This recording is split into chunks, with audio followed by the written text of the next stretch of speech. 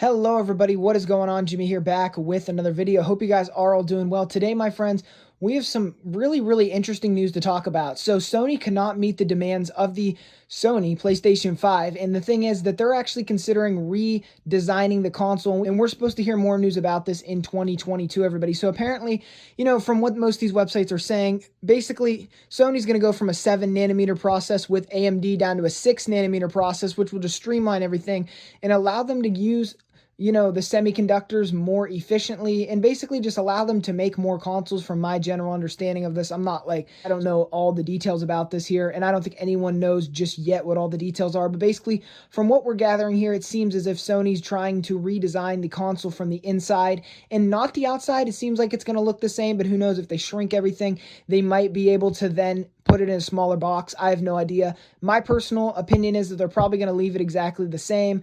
Probably going to do something very similar to what Nintendo did when they went from the white box Switch to the red box Switch, when pretty much they did it for security reasons, but they also gave it a longer battery life. They also did stuff like that. So I think we could see some, fixes to the console that we couldn't get right now. Different things. There's been a lot of concern about the variable refresh rate not being possible with the bandwidth of the HDMI on the PS5 and all that. Maybe this version of it will for sure give it to you and all that.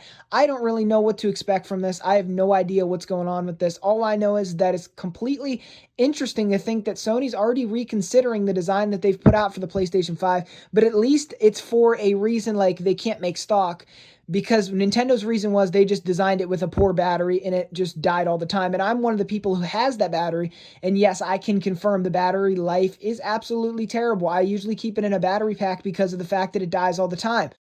But not to get off topic, the PlayStation 5 is most likely going to receive an updated design here, and I'm really looking forward to see what Sony cooks up. Who knows? Is it going to have a fresh coat of paint on the outside? I have no idea. I think that maybe this could be a cool time frame if they decide not to give it a new look, to then introduce new fins to put on the outside and release it in all these different colors. That might be a really nice idea to do. You know what I'm saying? So if you're not going to give people a new design, at least let them pick a color they want. Maybe give like a nice PlayStation blue, a black version of it, keep a white version of it, and maybe do like a red version of it. I think that would be really cool. I won't be buying one of these things just because the fact that I already have a PlayStation 5 and there's no power added to the hardware and it's going to be the exact same specs, just run more efficiently and all that.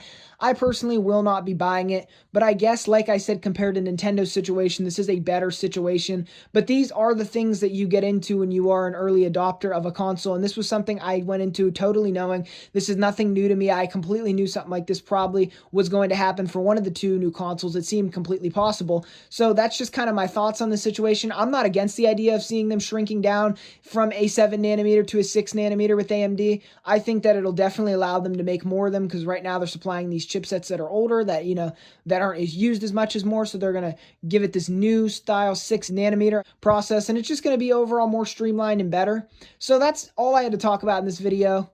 The thing is that, like I said, this is something that you always take a chance of when you buy a new console, that they could do something like this. But I really don't care. I will keep my PlayStation 5 console and I'll be happy with it. But it is cool to see that they're going to be able to make the PlayStation 5 better.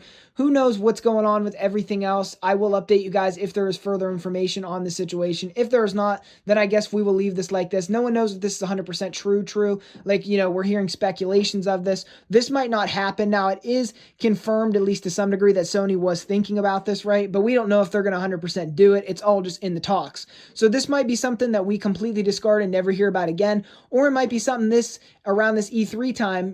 I know they're not going to be at E3, but Sony might do their own state of play around E3 and announce the fact that they're going to be giving us this new version of a PlayStation 5.